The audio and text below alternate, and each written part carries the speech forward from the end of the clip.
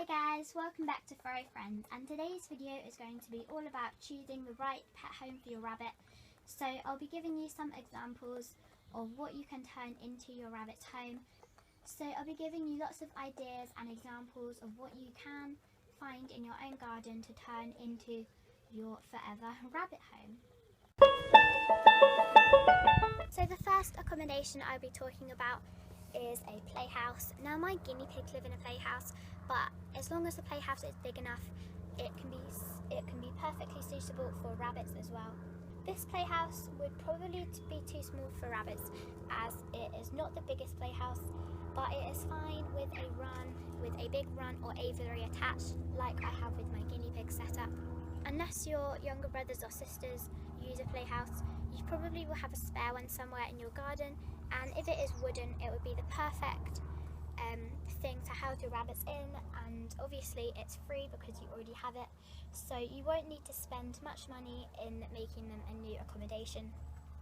You can also get old playhouses on shopping sites like eBay and FreeCycle if you're lucky enough to find one for free, and you can always paint it and do it up how you want, like I did with my playhouse.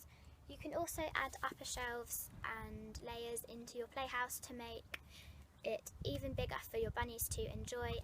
Sadly, there are a few cons on housing your rabbits in a playhouse, and this is that you can't give them as much fresh air. If you attach a run or aviary, you are fine, you don't have to worry about that, but you might not want to spend money on an aviary if you've already spent money on buying a big playhouse.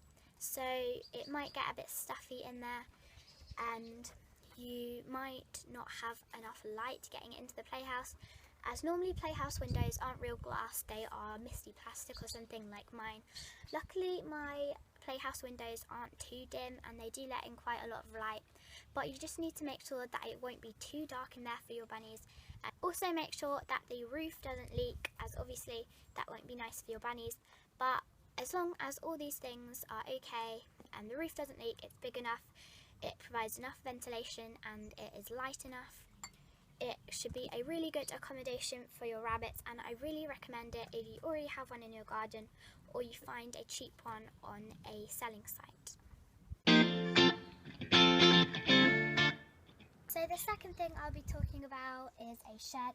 Now these are very similar to playhouses in the things you need to watch out for, but they are normally a bit better because they can provide much more space for your bunnies.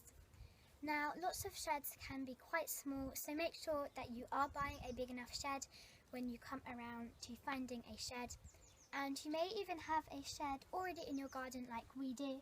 We have a huge shed in our garden which was already here when we bought our house, so this is really useful. Unfortunately, we don't use it to house our bunnies, although I know it would be a great accommodation.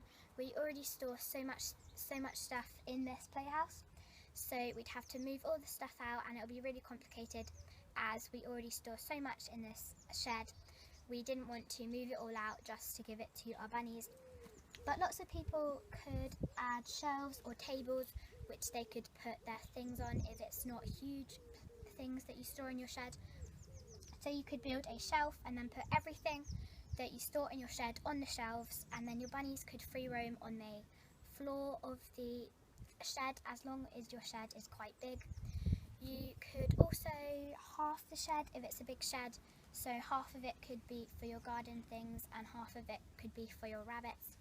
You can also, like you can with the playhouse, add a secure aviary or run onto the shed, which can provide even more ventilation and fresh air for your bunnies, as it also can get quite stuffy in a shed.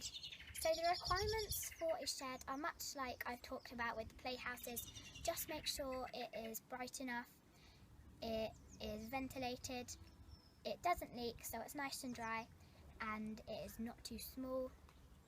I know lots of people have mesh doors as well, so you'd open up your main shed door and then there'd be a mesh door behind it, so in the warmer months it can be more ventilated, but you can keep this one open so all air can get into the shed, but your bunnies can't escape and nothing can get into them. So the third idea I'll be talking about is having free range bunnies, so this can be a bit scary for some people, but I actually quite liked it when Snowdrop and Dandelion had their operations and they had to stay indoors for a few days, so they stayed up in my room and I let them have access to my whole room, but I just used grids to corner off the parts of my room I didn't want them to go to. And I really enjoyed them being with me when I was in my room doing homework or just relaxing my room, and they were just wandering about and coming to see me. So I think this can be a really nice setup for some people. This can be such a great setup. It can be really rewarding for you and your rabbit. There are lots of pros in this. You can really get a really good bond with your rabbits. But sadly there, I guess, are more cons than pros. All these cons you can really get around, but I will just let you know of them first before you decide if you house your rabbits in this setup. I personally think it's best for them if they are outdoors, because this makes it a lot more natural. I try my best to match what they'd be like in the wild, and obviously they won't be living in a heated room with a carpet in the wild, so I just try my best to do what's best for them, and I think it's better for them with the fresh air.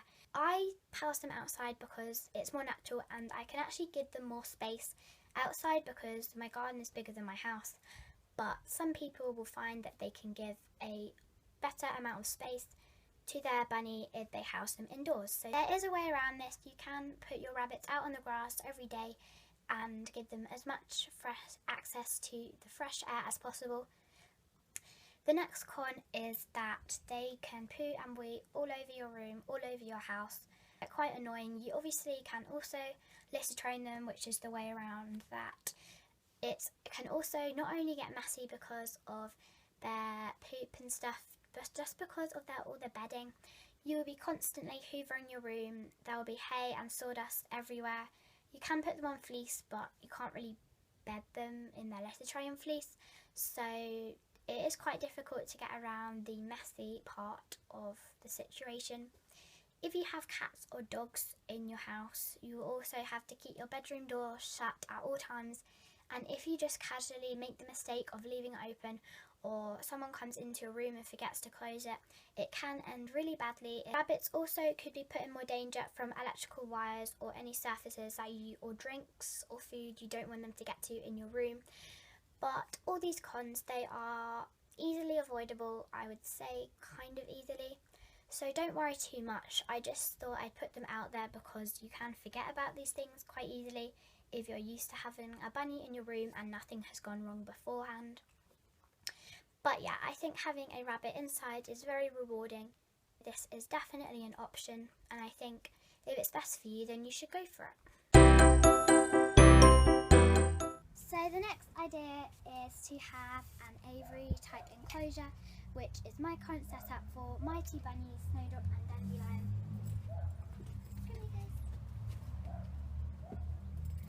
Hello.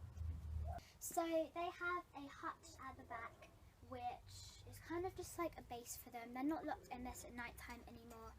And then there's lots of places for me to sit down and stroke them and really interact with them, because I can get to their level and I can also stand up and clearly not touch the ceiling of the enclosure at all. It's really, really tall in most parts, although it does get quite short around the corners.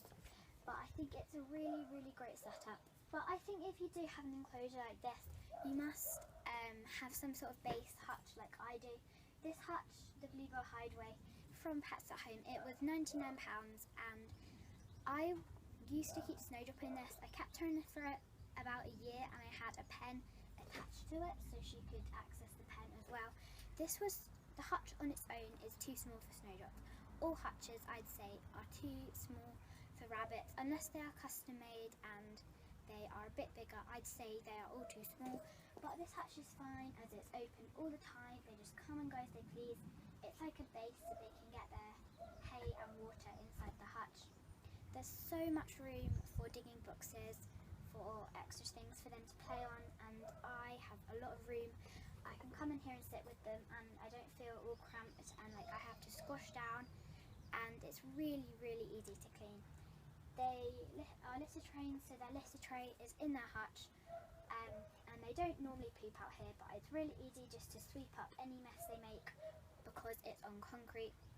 These slabs are here so that they can't dig because rabbits are huge diggers, so if you have an enclosure like this, make sure it's not on grass because they will dig all their way through.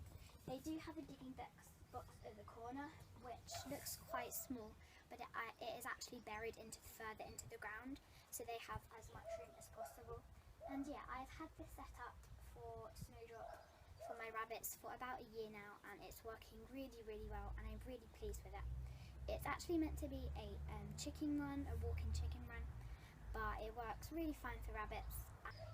I'm really pleased with it, and it's not too expensive. Lots of people would think it's really expensive. It's actually not. If you think about it, it's some metal poles and some mesh.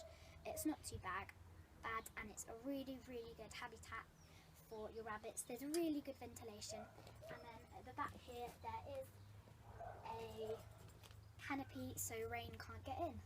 So to find my rabbit enclosure, I get so many questions on this. Type into Google something along the lines of walking chicken run or something like that, and you'll get so many options of chicken runs that look slightly like mine. They may be a bit different, but the prices normally range from £200 to £300.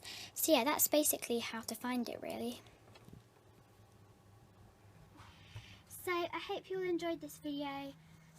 If you did, remember to comment, rate and subscribe, and please comment down any other requests you want me to film. But yeah, I hope you enjoyed this video, and I will see you soon.